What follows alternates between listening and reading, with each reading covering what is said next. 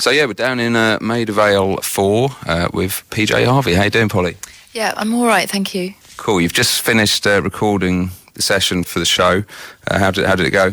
It's really good because it's always a great sound here in Maida Vale. I was going to say you're kind of practically a resident at Maida Vale. I mean, do you know how many sessions you've done now? I forget. There was something not long ago. I was one of the most recorded artists here in Maida Vale or something. I forget. I completely forget. But I've been coming here since probably about 91 now. But I always love coming here. It's a really good atmosphere. Excellent. Well, we're talking about your new album. Is it your eighth album or ninth album? I think it's my eighth, if you're not counting the collaboration records with John Parrish. Okay, it's called Let England Shake. I've been listening to it non-stop since I got it. An incredible record, and John Parrish, who you mentioned, is playing on the record. So it's kind of you. It's Mick Harvey, who's also on. He's playing lots and lots of different instruments like John is, and Jean-Marc Butty is drumming. Have you had trombones and saxophones on your albums before? No, I haven't. This is the first time. When I'd finished writing the songs, well, when I was writing the songs, I could keep hearing a sax, and obviously I play the sax very badly. I used to play it well, and then I put it in a box when I was about 18 and never really played it again. And then I could just hear it on these songs, and so I dug it out. When we actually came to do the final recording, we called it our horn section, but it was a very strange horn section because Mick Harvey was on bass harmonica and John was on trombone, and like myself, John used to play trombone, doesn't play it so much anymore, so we had a very sad sounding horn section of very badly played instruments, which was perfect. It was just right for the record because there's only 4 of us in the band. We wanted to retain that specific sound, so we sampled ourselves playing the notes on our instruments individually into a keyboard, and so it sounds exactly like our bad playing. It doesn't sound like a good horn section. Excellent. I mean, it's another PJ Harvey album that just comes in from a totally different angle. No one ever kind of knows where you're going to come from, which is great. It's reassuring that you're not kind of going over past ground. I think White Chalk was a total departure. This has sort of got kind of overtones of that album, but where did that kind of the war themes and just about today, really. It's the world we live in, and I felt for the first time that I'd reached a stage as a writer where I felt confident enough finally to try and write songs about the world we live in now, and I hadn't felt confident to do that before, because I think to start talking about contemporary issues, just what's happening politically, you need to do it well or don't do it at all. When I began this project, I was thinking very much about today's conflicts, today's world, today's politics, what's happening now.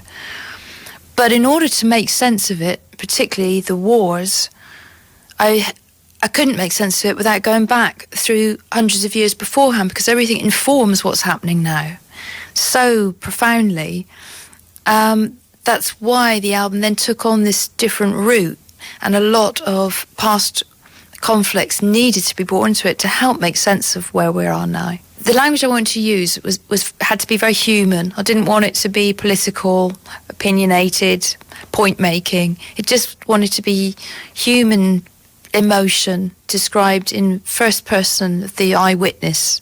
That was the way I chose to try and do it, and that required me to look at a lot of first-hand accounts, as many as I could find, whether it was film documentary, just people's phone filmings, or whether it was written word translations from other countries, but always the first-hand account, almost as if if you were a foreign correspondent and you'd interview somebody that had been the witness, and then what we hear coming down the radio waves when we listen back, but it's a song. So it's kind of like making a sort of audio documentary. You go and do all that research, and then you turn it into a kind of finished piece. I suppose all of the information that you take on board as an artist when you're researching any piece of work, it all somehow goes inside you and it gets churned up and blended and it'll come out at some point when you're in that moment of making things. And was it a happy record to make? It was a really, really enjoyable record to make. Obviously, the writing part I did quite separately. I did that before we went into record. I spent 3 years working on the words, and then began to sing the words. And then when I'd sung the words and found the melody for the words, then I'd look for an instrument. When I'd done all that, I demoed them very roughly and gave those to the band. And then we gathered together in a church in Dorset to record. And that process was very enjoyable and very quick. And it was just so full of energy. It was one of those times where everybody involved, Flood, myself, the band, Rob, the recording engineer, every one of us was working at our peak, working at our best. And that's something you always hope for, but rarely get. Because for everyone, I mean, I think we all go through phases, don't we, where we're thinking, oh, work's really flowing. I'm really feeling energised by what I'm doing at the moment. Or in other times where nothing seems to be going well. You don't know what you're doing. But for some reason, every single one of us was at the crest of the wave with that. And then all of that somehow made its way into the recording. So tell us what the first track you've recorded for the session is, Polly. It's The Words That Maketh Murder. Okay, and I mean, obviously, a kind of war, murder, death angles in this. Any particular sort of other themes on this record? There are many different things going on the record. I tried to offset the words musically a lot and bring in an uplifting quality, which for me is about the qualities that we all have, which is of love and hope and optimism, as much as it is with the daily when we all feel so dragged down and pessimistic by what's going on around us. I mean, equally, there are wonderful moments in each day. And so a song even like The Words That Maketh Murder, the music is very uplifting, it's full of energy and full of many voices singing, which was a big part of this record. Throughout the whole record, I wanted that. Live session. In session. Session. Radio 1. This is Rob DeBank down at Maida Vale for the PJ Harvey session.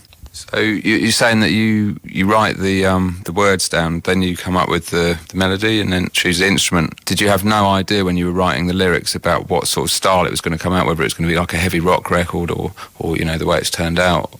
I knew when I'd written the words, I knew that they had a lot of weight in them. To have made music that was also weighty would have made the whole thing far too self-important. And I really needed to address that in a different way. So that's what led me to start playing around with instruments like the auto harp, the guitar, using very fluid effects on them. I spend a lot of time listening to The Doors because there's something about their music, and obviously for us it probably has an association with the Vietnam War era as well. But there's a real fluidity to what they do. It's very indefinable. It's very difficult to pin down. It just seems to be so malleable, moving, and this element of confusion and like you're underwater almost with their music. And I wanted to try and get some of that into what I was doing. Yeah, I mean, listening to the record, it's kind of it's quite simple songwriting, which obviously took a long time to get to that place. But if you turn on Radio 1 these days in your car or, you know, at home or whatever, what do you think about the kind of stuff that's coming out of the radio? Well, I do listen to Radio 1 a lot, and I try to always keep my ear to the ground with what's going on.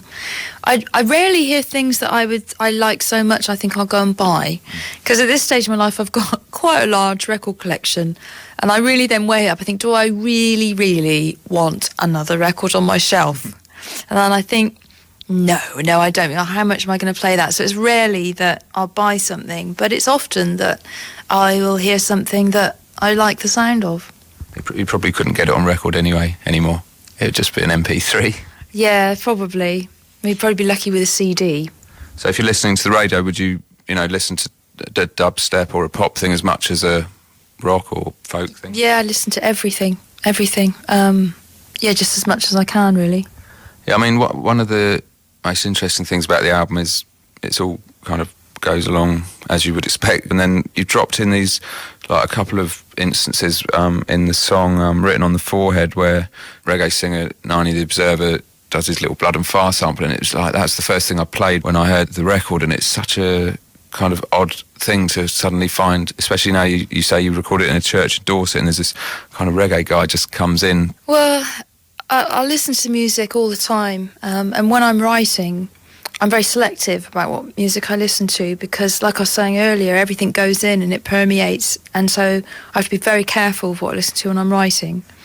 So I basically only listen to specific things. I listen to a lot of very old reggae, and I listen to folk music, very ancient recordings, the oldest I could find from all across the globe. I just would listen over and over to these pieces of music, and often then when I was writing, something would almost just be on a loop in my brain. I hadn't made the loop, but it'd be in my brain, and it would work its way into the piece I was writing. So as I was writing Written on the Forehead, I felt like this song, Blood and Fire, was just with me the whole time. And so then when I came to make the music for it, I wondered if there was a way of incorporating that. You just follow where you think you need to go, and you just have to keep having faith in that, and it takes you in all these different pathways. Cool, we're going to hear some more PJ Harvey now. Polly, what are the second and third tracks you've recorded? So we've got Bitter Branches, and we also did Written on the Forehead. When you were sort of picking the tracks that you were going to do for the session, are these your 3 favourite records on the album, or the easiest ones to play, or? None of them feel particularly easy to play. No, it's just really what we felt like playing today. Yeah. Okay, cool. Let's